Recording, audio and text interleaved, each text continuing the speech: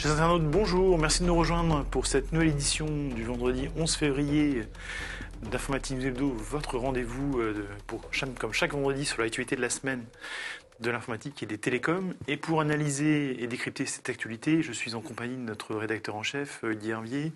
Bonjour Guy. Bonjour Jean-François. Alors Guy, on commence tout d'abord sur le terrain de la sécurité cette semaine avec, j'allais dire, un grand classique du sujet, les macros, les fameuses macros notamment chez Excel, avec une bonne nouvelle pour les DSI qui nous regardent et qui nous écoutent, puisque Microsoft officiellement, désactive par défaut les macros. On sait bien que c'était quand même un des points d'entrée fâcheux pour les problématiques de sécurité. Exactement, on sait que le problème, un des problèmes, c'est vous recevez un mail avec un fichier attaché, c'est un document Office. Alors, vous avez dit Excel, mais ça peut concerner tous les documents Excel, bien sûr. Toutes les applications qui sont dans Office, Word, PowerPoint, etc. Et donc, vous cliquez sur le fichier joint. C'est un document avec macro et dedans, il y a tout ce qu'il faut pour déstabiliser votre système. Donc, c'est une porte d'entrée classique. Et Microsoft avait déjà traité le problème il y a une douzaine d'années. Alors, il y avait deux manières de faire. Il y avait le point doc X et le point doc M. Donc, si c'est un M, ça veut dire que dedans, il y a une macro. Donc, il faut faire un peu plus attention. Ou mettre une alerte et donc on clique. Et puis finalement, comme ça embête tout le monde, on clique par défaut. C'est un peu comme toutes les mesures qui sont prises actuellement sur Internet. Mais bon, en tout cas, c'est des mesures qui sont prises. Et puis finalement, le résultat n'était pas tout à fait probant. Et donc là, Microsoft est allé un petit peu au-delà de ça. Et là, pour le coup, alors si on veut avoir des détails, on peut se reporter à l'article de Loïc Duval dans nos colonnes. Mais là, on a d'abord effectivement, il est par défaut, il faut faire ce qu'il faut pour pouvoir activer les macros. Et puis, c'est pas un simple clip, c'est donc une fenêtre qui s'ouvre et qui vous explique un peu ce qu'il y a dedans, comment il faut le paramétrer, etc.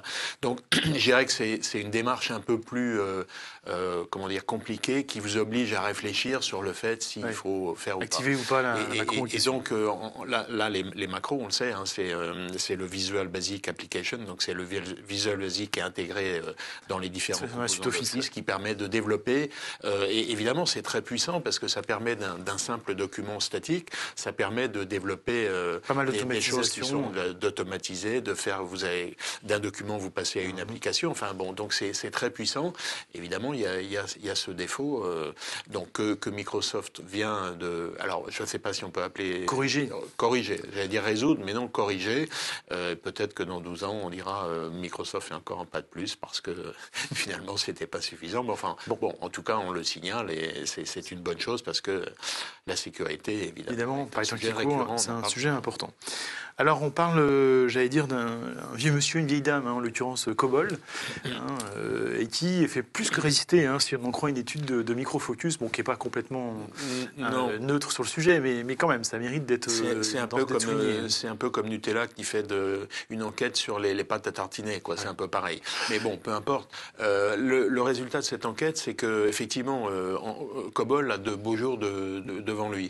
Alors, vous disiez une vieille dame, oui, puisque c'est Grace Hopper là, qui est apparemment là. Apparemment dans l'histoire de l'informatique, c'est la fondatrice, la conceptrice de COBOL. Des principes de COBOL. Donc c'est un langage qui a plus de 60 ans, qui remonte à 59, qui est principalement utilisé dans les applications assurantielles, finance et administration. Donc c'est un langage que vous avez peut-être pratiqué vous-même, qui remonte quand même à très loin. Et donc là, l'enquête est assez intéressante dans le sens où cette enquête de Microfocus évalue à de l'ordre de 800 milliards de lignes de COBOL qui sont en fonctionnement encore aujourd'hui. Donc vous voyez que c'est quand même... c'est pas négligeable.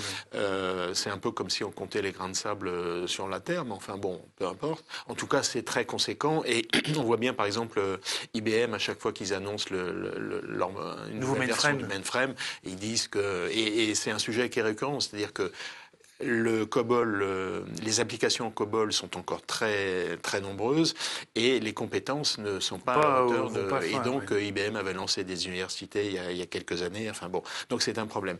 Et donc, dans cette enquête, il est demandé aux gens de...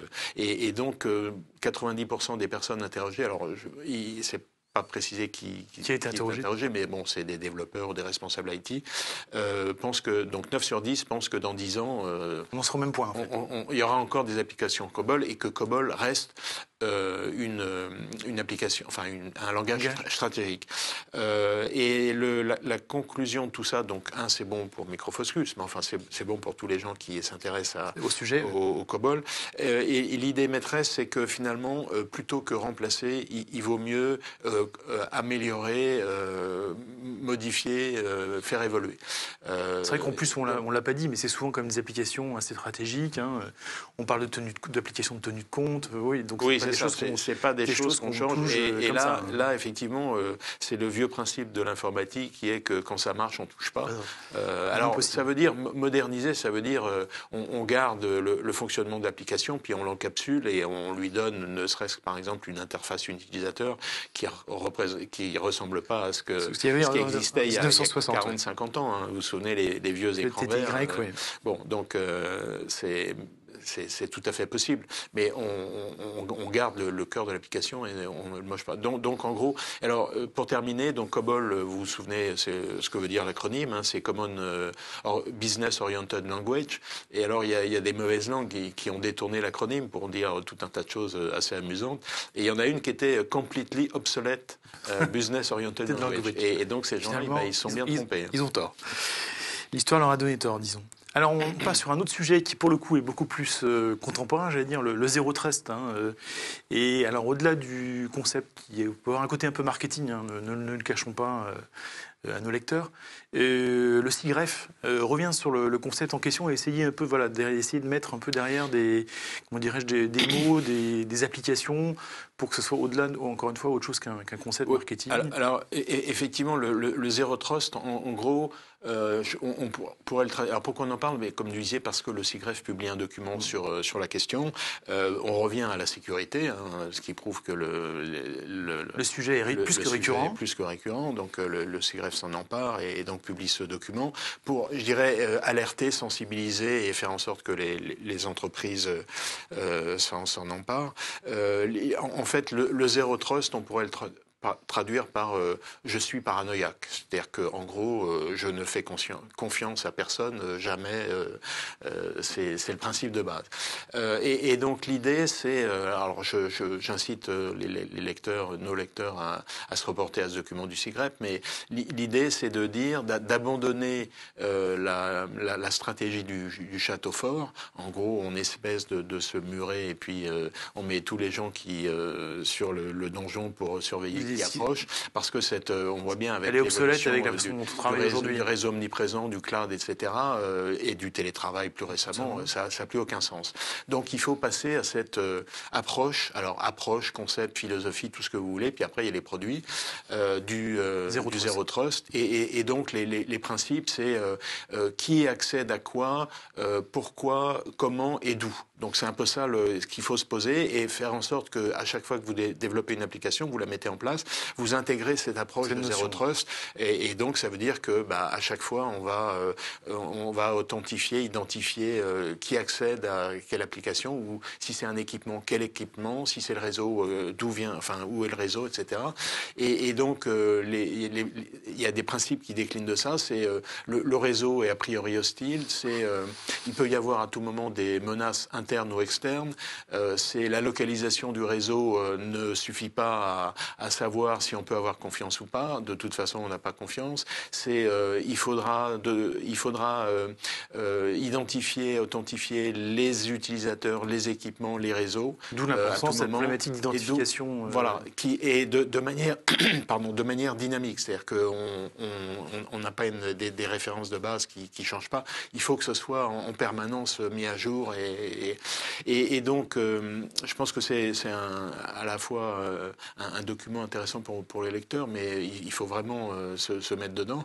Et alors, le constat que tire le SIGREF, c'est que enfin, c'est plus qu'un constat, c'est un peu un reproche que fait le SIGREF aux fournisseurs, c'est qu'en gros, ils maquillent leur solution Zero Trust, qui n'en sont pas vraiment. Donc, ça veut dire qu'il faut vraiment se pencher plus sur la question. L'étape ultime, c'est, par exemple, et c'est mentionné dans le document, c'est en gros, on supprime le réseau local et en fait, Internet devient le réseau universel. Le WAN, il n'y a plus de LAN, il n'y a que du WAN, en fait. Parce que finalement, ça a beau être un réseau interne, là, on fait comme si... voilà. Donc, j'invite les lecteurs à se reporter à ce document du SIGREF.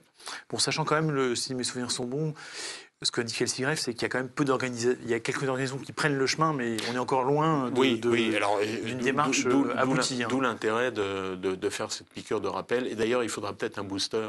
Je pense que c'est l'appellation qu'on utilise désormais. Oui. Alors, on parle maintenant d'argent, Guy, partie financière de notre passage en revue de l'actualité. Et on commence par l'Union européenne, qui annonce une pluie de milliards d'euros pour le développement des startups. Alors, c'est la problématique des scale-up, c'est-à-dire qu'on l'a dit je ne sais pas combien de fois, qu'on arrivait effectivement à amorcer des startups, mais après, pour passer à l'étape suivante, on avait un problème en Europe, ce qui faisait que un certain nombre de nos startups se font acheter par des acteurs d'origine américaine pour ne pas les nommer. Exactement. Donc c'est suite à la conférence ministérielle dont on a parlé là, qui a eu lieu en début de semaine, qui réunissait les responsables. Il y avait la présidente de la Commission européenne, mais il y avait aussi donc les ministres français, allemands, etc. Et donc cette annonce a été faite à la suite de cette conférence. Donc l'idée, alors on annonce 10 milliards d'euros, mais en fait c'est un objectif. Ouais. Donc, vous voyez déjà ça commence moyennement. Sur les 10 milliards, on en a 3,5 qui sont disponibles. Donc la France en met 1, l'Allemagne en met 1, la Banque d'investissement européenne en met 500 millions, la BPI en met 500 millions. Donc, et puis on espère que les autres pays européens vont suivre pour arriver à 10 milliards. Alors le programme, il est appelé, comme vous l'avez dit, Scale Up. Donc c'est de dire, c'est bien, maintenant on a des startups. C'est vrai qu'en France, on a 26 licornes, je crois, actuellement. Donc on est un peu en avance par rapport au programme que le président Macron avait annoncé. C'était fixé, oui. Et puis, un élément important, c'est l'Europe, en 2021, a produit, je ne sais pas si c'est le bon terme, mais plus de licornes que la Chine, par exemple. Donc l'Europe s'est un peu réveillée. Et l'objectif, c'est d'avoir 10 scale-up, donc valorisés à plus de 100 milliards d'euros à l'horizon 2030.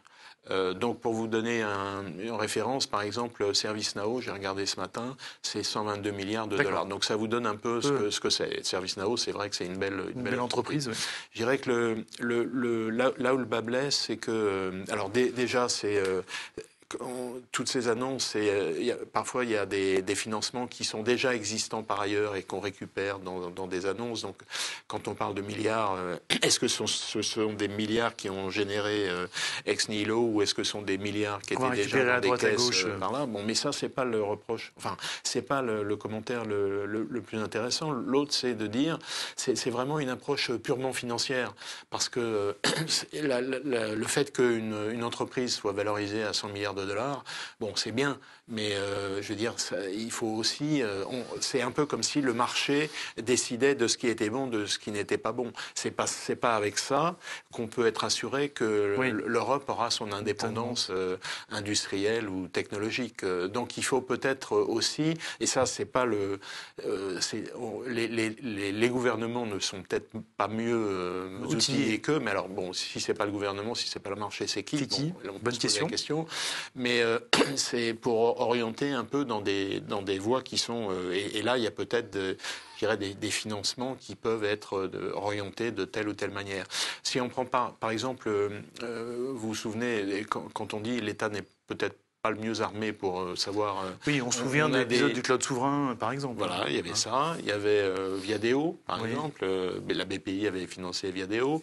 Il y a le moteur de recherche Quant, qui est pas encore en situation formidable. Oui. Donc, la question est posée. Enfin, en tout cas, je dirais que le bon côté, c'est que l'Europe il y a une prise de conscience, est quand même en train de se réveiller et mettre de l'argent sur la table.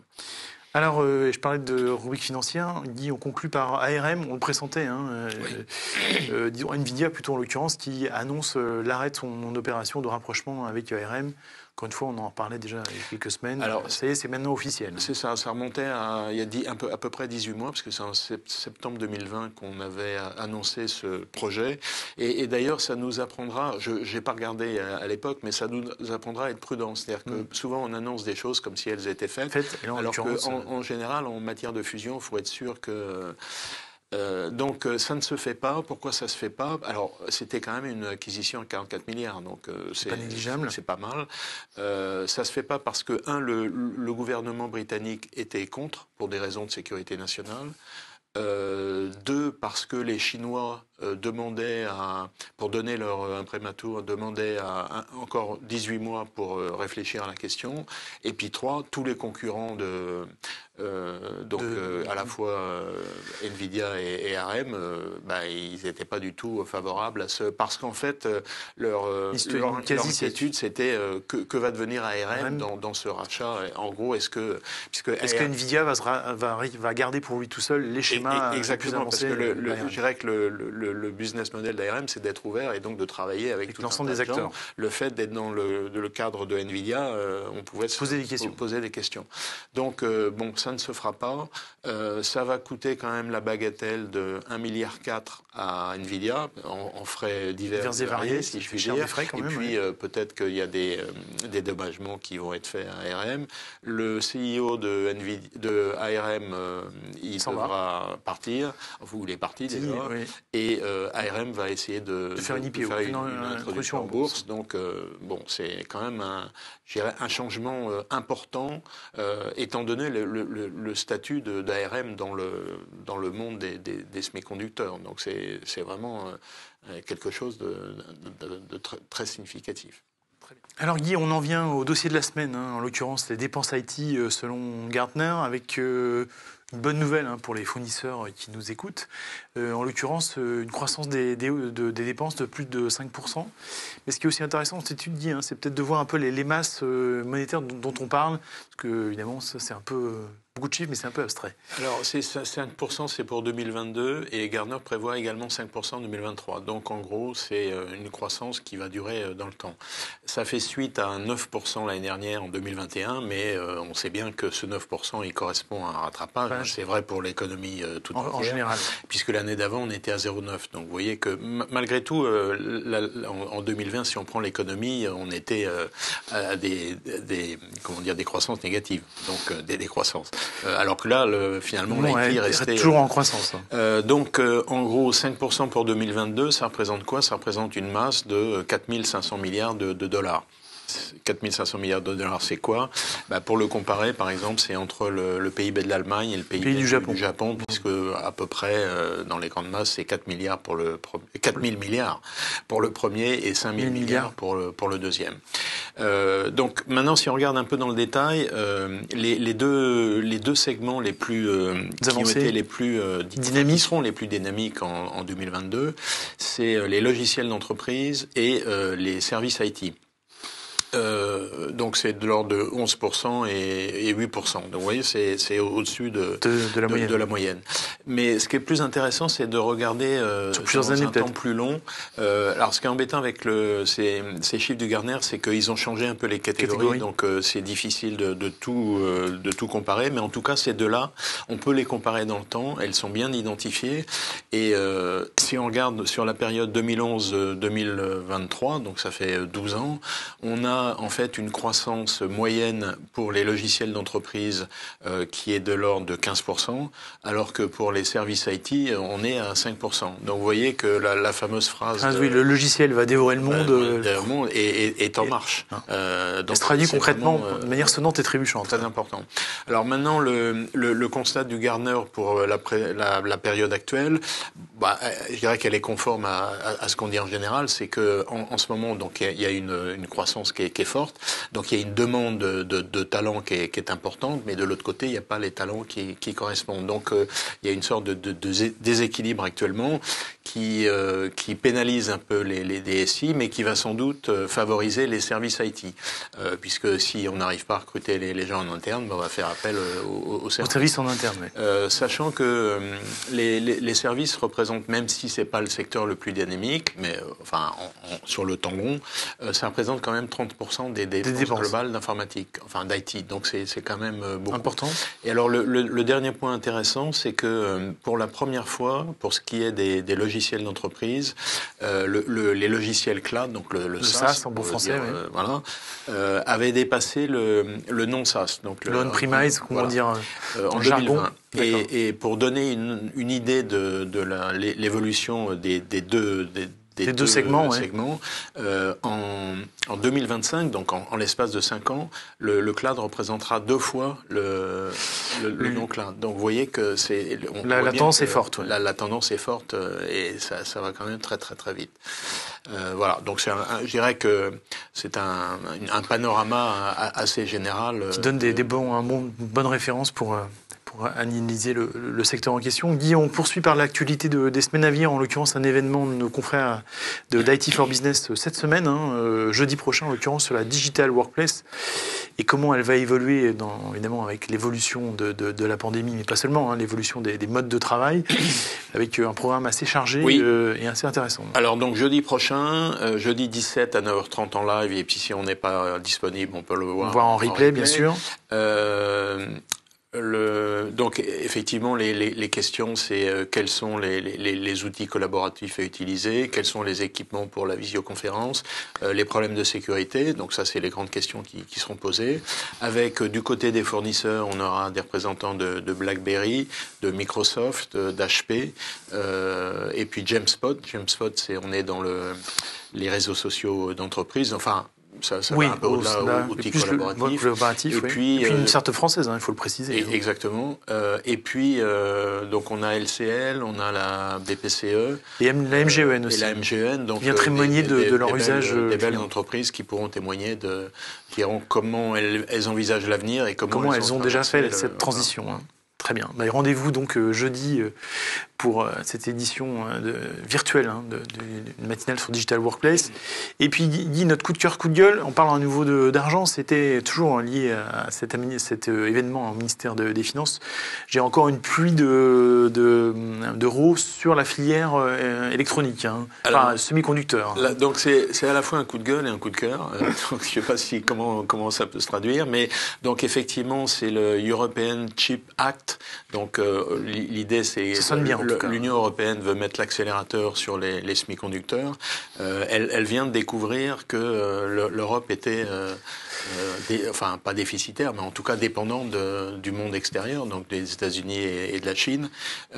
Sur cette thématique alors là, on parle de 43 milliards, donc c'est pareil. D'où viennent ces milliards? Est-ce que c'est des milliards qui ont été créés ex nihilo? Est-ce qu'ils viennent d'ailleurs?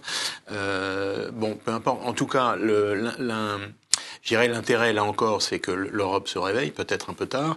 À la différence, par exemple, si on prend le nucléaire, puisqu'on en parle beaucoup en ce moment, on peut dire que ces dernières années, il y avait des questions qui étaient posées sur le fait suite à la catastrophe de Fukushima, est-ce que c'est une filière qui est fiable, etc. Donc on s'est posé des questions et donc on a mis un holà pendant un certain temps et là on redémarre. Pour les processeurs, la question ne s'est jamais posée. Donc on se demande pourquoi l'Europe se réveille aujourd'hui en se disant tiens, on a besoin de semi-conducteurs parce que il y en a dans tous les produits et on est dépendant de l'étranger. Donc je dirais que mieux vaut tard que jamais, mais en tout cas c'est le constat.